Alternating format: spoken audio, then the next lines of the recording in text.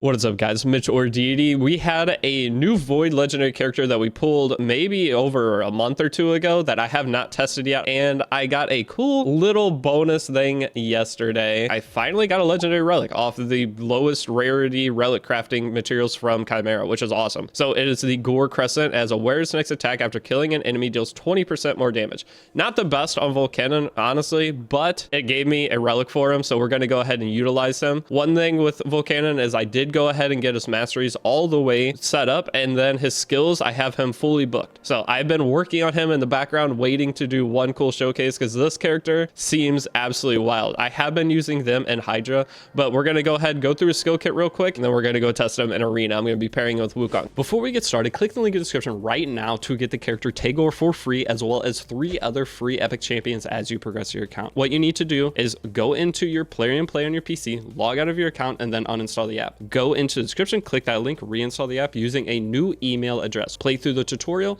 then go to your mailbox. That's where you're going to find your Tagoar, your Ugo, your Ultimate Gallic, and your Lady Quillen as you progress. Then enter the promo code Supreme6 to get Supreme Gallic, an insane Void legendary character. Lastly, log in to the game for 7 days to get Alice for free as well. Don't miss your chance to get an amazing start in Raid, and click the link in the description right now. So let's start with this passive. He places a shield buff on this champion each time an ally or enemy champion dies. So anytime anybody dies, he gets a shield, which is awesome. Keeps him alive. Value of this shield buff is equal to 50% of the dead champion's max HP.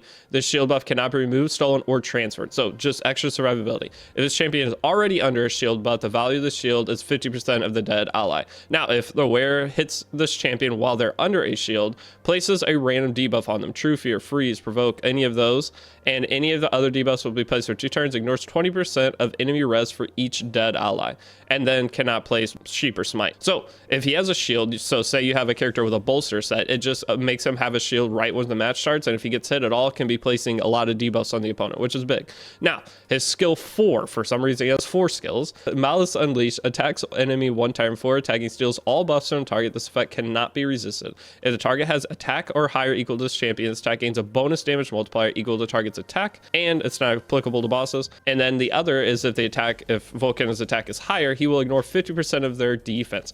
And it also ignores block damage, unkillable shield, ally protection, and place of block revive. So the character that he kills with this cannot be revived. Now the skill 3 targets an ally. If the ally is alive, kills them, and activates secret skill Malice Unleashed. Also places a 25% weakened debuff for 2 turns on all enemies. In True Fear, these debuffs cannot be resisted or blocked, which is insane. Then fills this champion turn meter by 75%. If the ally is dead, heals this champion by 50% of the dead ally's max HP, and unlocks your skill Malice Unleashed. Places a shield buff on this champion for 2 turns. Value of the shield is equal to any surplus heals, so it's just a bunch of survivability, but then fills this champion's turn meter by 75%. And what I did was, on the relic, I put 2 of these to get an extra 10% combat readiness or turn meter boost. So he gets an extra 7.5 times 2, 15. He gets 90% turn meter whenever he uses a skill. So that's where this relic, I was like, I'm gonna try this because it seems really cool. I can finally potentially use Valkanen to the extent I want to use him. Now his skill 2 attacks all enemies. Attack deals single target damage instead of an AoE attack. So I guess that would help with Perfect Veil. I think Perfect Veil,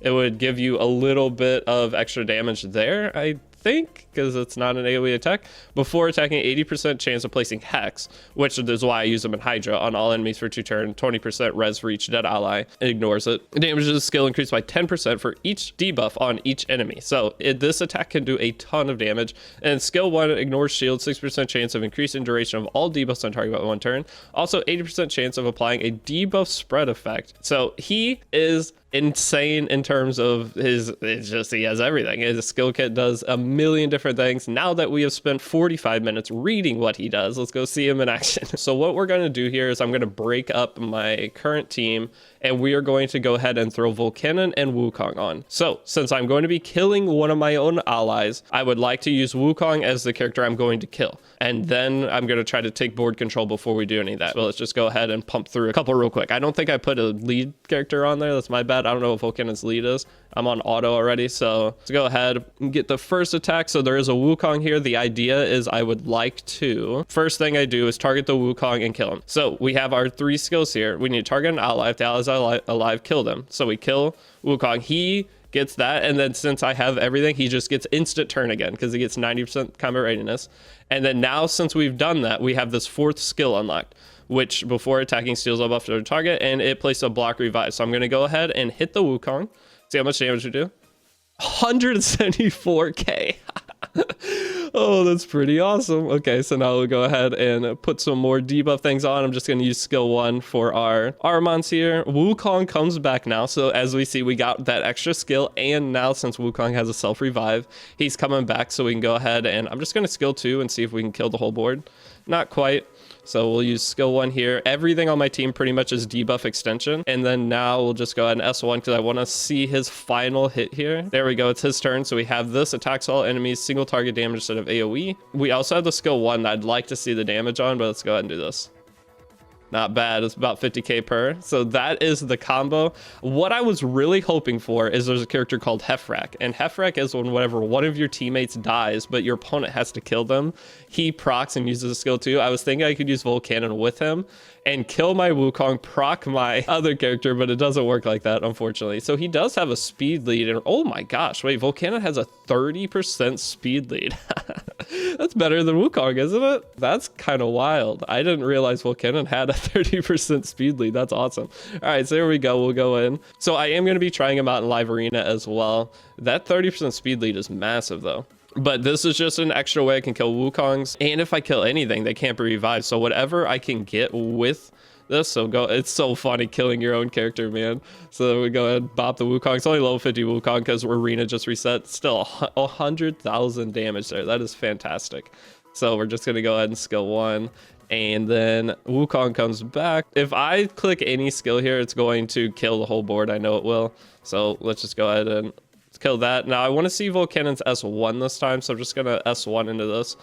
24,000 damage, and it has debuff spread. That's pretty sick. One thing again though, arena reset, so I'm fighting a little bit lower than what I normally would, but it's a good test. I mean, better than going in and losing right away and not getting to see any of the skills.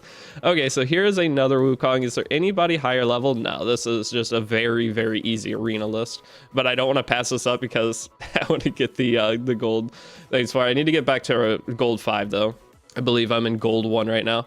Okay, so let's try it one more time here and steal everything. And then we'll go ahead and kill Wukong.